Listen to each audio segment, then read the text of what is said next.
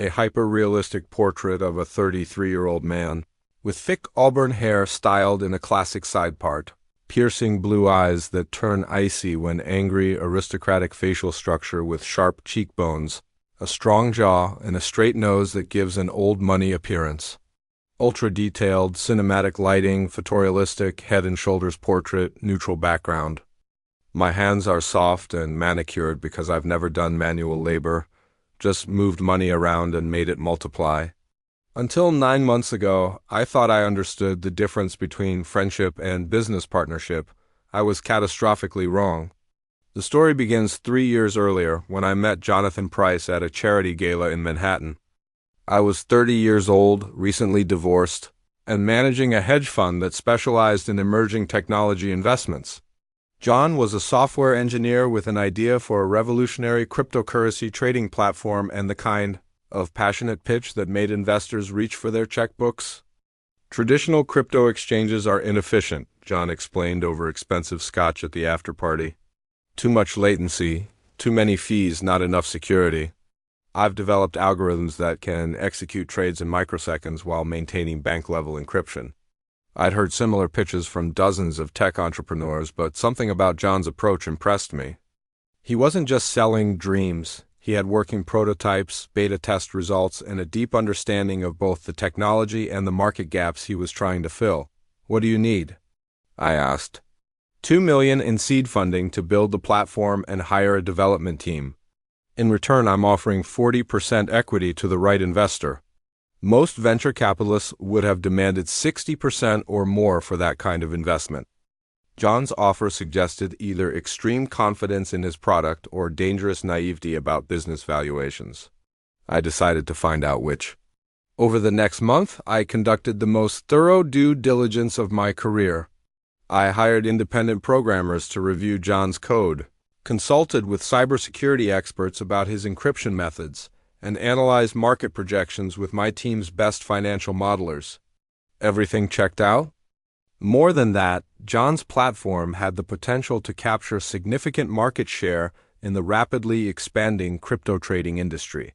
I wrote the check in December. "Welcome to CryptoFlow," John said as we signed the partnership agreements.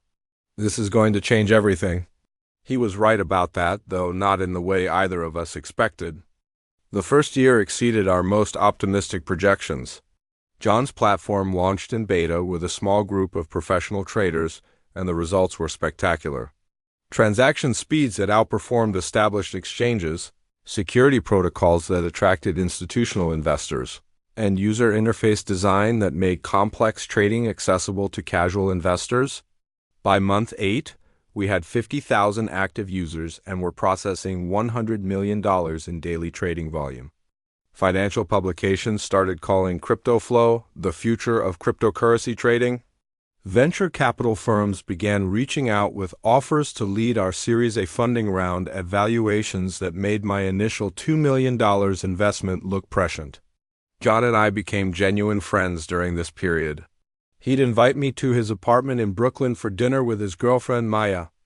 I'd take them to industry events where John could network with other tech entrepreneurs while I introduced him to potential investors. We'd spend hours discussing the platform's future expansion into international markets, additional cryptocurrency offerings, integration with traditional banking systems. "I couldn't have done this without you," John told me one evening after a particularly successful product launch. "Not just the money, but your business guidance, your connections, everything. That's what partners do," I said. I believe that. I thought we were building something together, that our success was shared success, that the equity split reflected our mutual contribution to CryptoFlow's growth. I was wrong. The first warning sign came during our Series A discussions. John started taking meetings with venture capital firms without including me, claiming he was just doing preliminary research before we made any formal decisions. When I asked to see the preliminary term sheets, he said he didn't want to waste my time with early-stage negotiations. "I'll bring you in once we have serious offers," he promised. The second warning sign was Maya, during a dinner at their apartment. She made offhand comments about their plans to buy a house in Silicon Valley, to hire a full-time chef, to travel through Europe after the funding round closed. expensive plans that suggested John was expecting a significant cash influx beyond his crypto flow salary. Big dreams? I said to John later. Maya gets excited about possibilities, he replied. You know how it is? But I didn't know how it was. My divorce settlement had been expensive, and most of my net worth was tied up in crypto flow equity. I wasn't making plans for European vacations or Silicon Valley real estate. I was reinvesting my profits back into the company and living modestly while we built toward the IPO that would make us both genuinely wealthy. The third warning sign was John's behavior during board meetings. Crypto flow's rapid growth had required us to formalize our corporate structure, which meant regular meetings with our lawyer, our accountant, and the advisory board members I'd recruited from my network. John started showing up to these meetings with detailed presentations about strategic directions he'd developed without consulting me. I think we should expand into NFT trading, he announced during a March board meeting, unveiling a comprehensive plan he'd clearly spent weeks developing. That's interesting, I said. When did you decide this was a priority? I've been researching the market. NFTs are exploding, and we could capture significant trading volume by building specialized tools. Shouldn't we discuss major strategic shifts before presenting them to the board? John looked uncomfortable. I wanted to come to the meeting with a complete proposal rather than just abstract ideas. After the meeting, I pulled John aside. We need to communicate better about these decisions. I'm not just an investor, I'm your partner. Of course, you're right. I'll loop you in earlier next time. But there wasn't a next time for collaborative decision-making. Over the following months, John continued developing strategic initiatives independently, presenting them to our board and advisory team as fait accompli rather than discussing them with me first. When I raised concerns about being excluded from the planning process, he'd apologize and promise better communication while continuing to operate unilaterally. By June, I realized something fundamental had shifted in John's perception of our partnership. He'd started referring to CryptoFlow as my platform in interviews, describing our relationship as investor-entrepreneur rather than co-founders. When reporters asked about the company's origins, John would mention my financial contribution briefly before focusing on his technical innovations and strategic vision. You're getting written out of the story, my attorney warned me during a quarterly review of our legal documents. What do you mean? Public perception matters for valuation and future fundraising. If John is positioning himself as the sole founder and you as just an early investor, that affects your negotiating position when you want to liquidate your equity. I started paying closer attention to John's public statements, and my attorney was right. In every interview, every conference presentation, every media profile, John presented himself as CryptoFlow's visionary founder while minimizing my role in the company's development. The breaking point came in September. John called me on a Thursday morning with news about our Series A funding. We got the term sheet from Redwood Capital, he said, excitement clear in his voice. $40 million at a $200 million valuation. The numbers were spectacular, more than double our most optimistic projections. My 40% stake would be worth $80 million on paper, with the potential for much more if the platform continued growing. That's incredible, I said. When do we sign? Well, there's one complication. Redwood wants to restructure the equity distribution before they invest. What kind of restructuring? They want me to have controlling interest. 51% instead of 60%, and they want to dilute some of the existing equity to create an employee stock option pool. I did the math quickly. If John went from 60% to 51%, and new equity was created for employee options, my 40% would shrink to maybe 25% of a larger company. Still valuable, but a significant reduction in my ownership percentage. What's their reasoning? I asked. Standard venture capital requirements. They want clear leadership hierarchy, and they think founder-led companies perform better than partnership structures. I'm not opposed to you having operational control. The 25% seems low for a $2 million initial investment that enabled everything we've built. Actually, John said, and something in his voice changed, Redwood is valuing your contribution differently. They see you as a financial investor rather than a founding partner. What does that mean? They're offering to buy out your equity at a premium to current market value. You'd get $15 million cash instead of stock in the restructured company. I sat quietly for a moment, processing what John was really saying. Redwood Capital wasn't just restructuring our equity, they were removing me from the company entirely. And John was presenting this as a generous offer rather than a betrayal. $15 million for equity that's worth $80 million at their own valuation, I said. $15 million guaranteed cash versus theoretical equity value that depends on future performance. John, I helped build this company.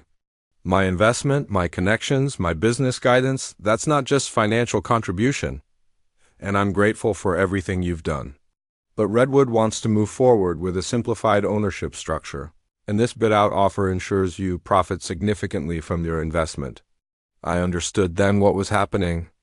And John had decided he wanted full control of crypto flow, and he'd found investors willing to help him buy me out at a fraction of my equity's actual value. The friendship, the partnership, the shared vision for the company's future, none of that mattered compared to his desire to own everything himself. I need to think about this, I said. The offer expires Friday. Redwood wants a quick decision. Of course they did. 24 hours to decide whether to accept $15 million cash or fight for equity worth potentially much more. I spent Thursday evening reviewing our original partnership documents with my attorney. Legally, I couldn't be forced to sell my equity without cause. But I also couldn't prevent John from accepting investment that would dilute my ownership percentage. If I refused the bid out, I'd end up with a smaller stake in a company where I had no operational role and an increasingly adversarial relationship with the CEO. It's a calculated squeeze play, my attorney explained. They're betting you'll take guaranteed money rather than fight for theoretical future value. Friday morning, I called John back. I'll take the bid out, I said. Great, I think you're making the smart choice. $15 million is serious money. It is. But John, you're making a mistake. What do you mean? You think Redwood is investing in your platform, but they're actually investing in their ability to control you. You'll find out the difference soon enough. I signed the bid-out agreement that afternoon and deposited the largest check I'd ever received. $15 million for 18 months of work and the company I'd helped create from nothing. But I wasn't finished with crypto flow. My first move was subtle. I'd built relationships with dozens of cryptocurrency industry contacts during my time promoting CryptoFlow journalists, analysts, competing platform developers, regulatory experts. Over the following weeks, I started having casual conversations with these contacts about market trends and platform performance. How do you think CryptoFlow is positioned for the new SEC regulations coming next year? I'd ask. What's your take on their security protocols compared to Binance or Coinbase? Do you think their transaction volume is sustainable without their founding technical partner? I never said anything directly critical about John or the platform. I just asked questions that highlighted potential vulnerabilities, regulatory compliance issues, competitive threats, technical dependencies that might not be obvious to new investors unfamiliar with the platform's development history. My second move was more direct. I reached out to 3 competing cryptocurrency exchanges with detailed information about CryptoFlow's technical architecture, user acquisition strategies, and growth projections. Information I'd accumulated during my time as a board member and strategic partner. Gabriel Reeves here. I recently exited CryptoFlow and wanted to share some market intelligence that might be useful for your strategic planning. The conversations were professional and legal. I wasn't sharing proprietary code or violating any non-disclosure agreements. Just providing competitive analysis to companies that were fighting for market share against the platform I'd helped build. My third move was the most satisfying. I used my connections in the financial press to seed stories about venture, capital equity manipulation, and founder loyalty in the tech industry. Not specifically about John or CryptoFlow, but about broader patterns of successful entrepreneurs removing early partners once outside investment became available. It's becoming a common playbook, I told a reporter from TechCrunch. Founders accept angel investment or seed funding from individuals, then use later-stage VC money to buy out early partners at below-market valuations. The VCS get simplified ownership structures, founders get complete control, and early investors get pushed out despite their contributions to the company's success. The resulting articles didn't mention CryptoFlow by name, but anyone familiar with recent fundraising patterns would recognize the dynamics being described. The results became apparent within 6 months. CryptoFlow's user growth stalled as competing platforms launched features that closely resembled John's innovations. SEC compliance costs ballooned as new regulations required expensive legal and technical modifications.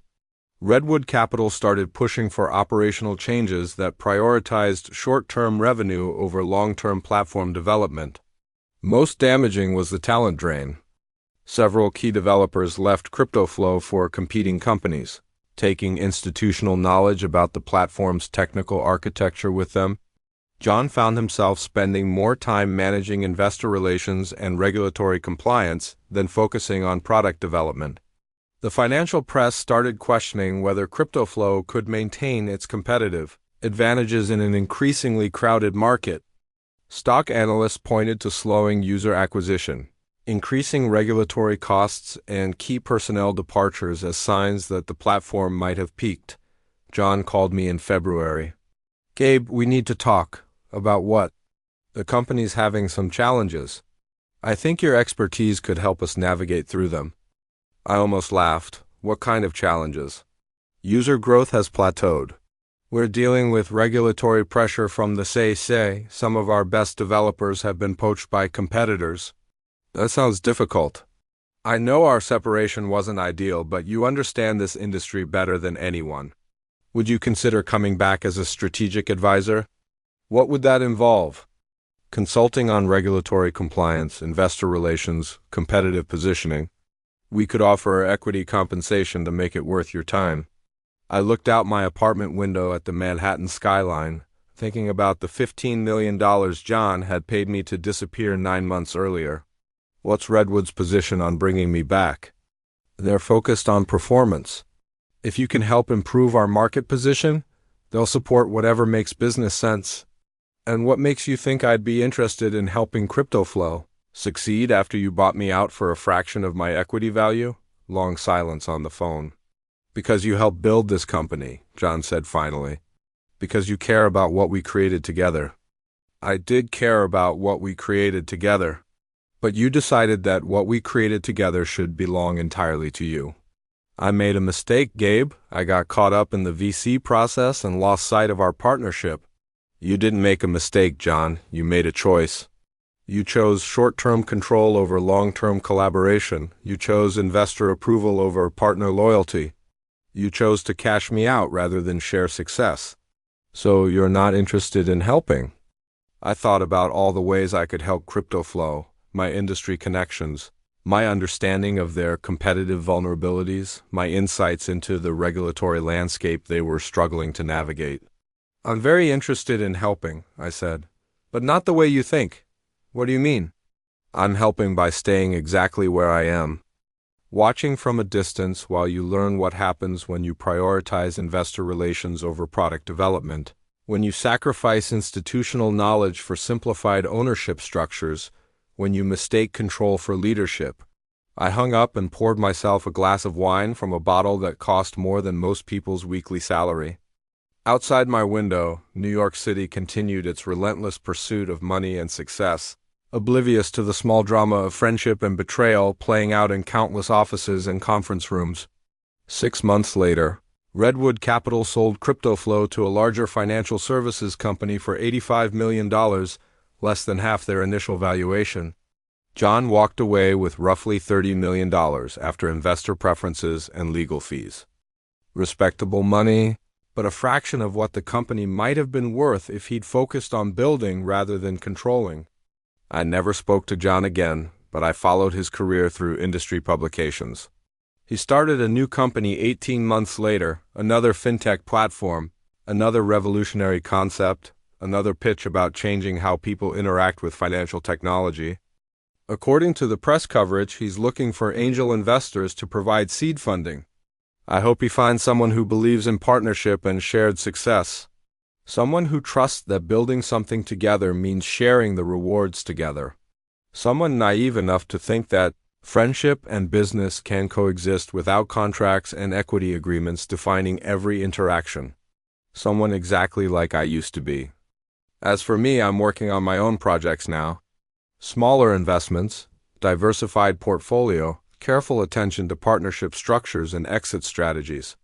I've learned to read the signs of someone who views investors as temporary necessities rather than long-term partners.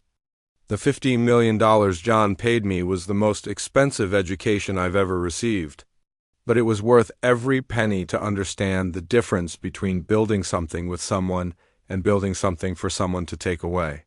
Some lessons only need to be learned once.